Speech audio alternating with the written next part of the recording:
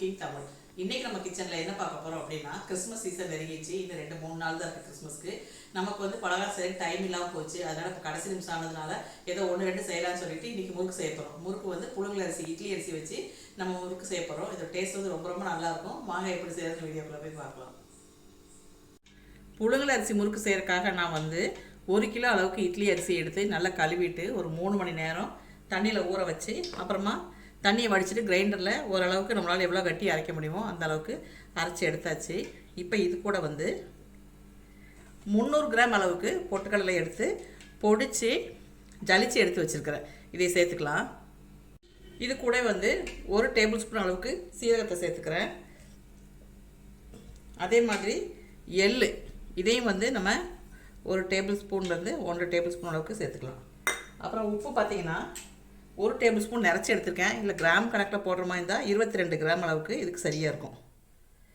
அடுத்தது மிளகாத்தூள் வந்து காரம் வேணுன்னா சேர்த்துக்கலாம், இல்லைன்னா மிளகாயை ஊற வச்சு இந்த அரிசி அரைக்கும் போதே நம்ம ஆட்டிக்கலாம். நான் வந்து ஆட்டலை, அதனால் மிளகாத்தூளாக சேர்த்துக்கிறேன். இது வந்து 2 டீஸ்பூன் அளவுக்கு நான் சேர்த்துருக்குறேன்.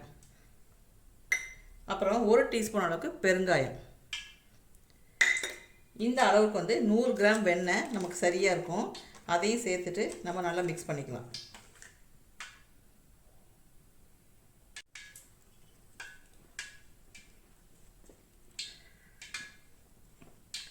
நல்லா மிக்ஸ் பண்ணி பிசைஞ்சு உருட்டி எடுத்து வச்சுக்கலாம்.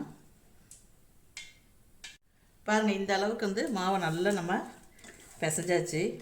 இந்த வெண்ணெய், உப்பு, பொட்டுக்கடலை எல்லாமே ஒரே ஈவனாக இருக்கிற மாதிரி மாவை பிசைஞ்சாச்சு.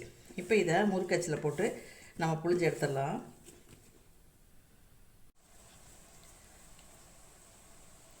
கொஞ்சம் கொஞ்சமாக மாவு எடுத்து சின்ன சின்ன தட்டில் பேக் சைடில் எண்ணெய் தடவி வச்சுருக்கிறேன். இதில் வந்து நம்ம புழிஞ்சு விட்டுருலாம். இப்போ நம்ம எடுத்து வச்சுருக்கிற மாவை முறுக்குப்பொடியில் போட்டாச்சு. போட்டுட்டு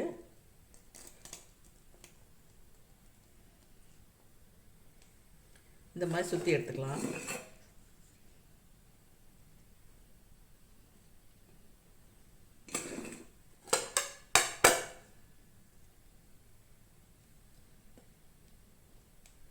அவ்வளோதான். இந்த மாதிரி சுற்றிட்டு நம்ம எண்ணெயில் பொரித்து எடுத்துடலாம்.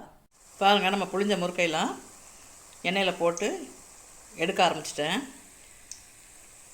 டேஸ்ட் வந்து ரொம்ப ரொம்ப நல்லாயிருக்கு. ரொம்ப சாஃப்டாக இருக்குது இந்த முறுக்கு. பாருங்கள், நம்முடைய முறுக்கு எல்லாத்தையுமே சுட்டு எடுத்தாச்சு. ரொம்ப சாஃப்டாக இருக்குது. மொறுன்னு இருக்குது. கடுக்குன்னு இல்லாமல் நல்ல பொறுன்னு டேஸ்ட்டாக இருக்குது. இந்த முறுக்கை நீங்களும் கண்டிப்பாக ட்ரை பண்ணி பாருங்கள். இதே மெஷர்மெண்ட்டில் செஞ்சால் இதே மாதிரி நல்லா வரும். பாருங்கள், மீதி முறுக்கு இதில் இருக்குது. கடைசி செட்டு வந்து வெந்துட்டுருக்குது. இது பார்த்திங்கன்னா இப்போ எடுத்து நம்ம கையில் வச்சுட்டு பாருங்கள் எவ்வளோ மொறுன்னு இருக்குதுன்ட்டு. நீங்களும் ட்ரை பண்ணி பாருங்கள். இந்த வீடியோ உங்களுக்கு பிடிச்சிருந்துச்சுன்னா லைக் பண்ணுங்கள், ஷேர் பண்ணுங்கள், சப்ஸ்கிரைப் பண்ணுங்கள். மறக்காமல் பெல் பட்டனை கிளிக் பண்ணுங்கள். தேங்க்ஸ் ஃபார் வாட்சிங்.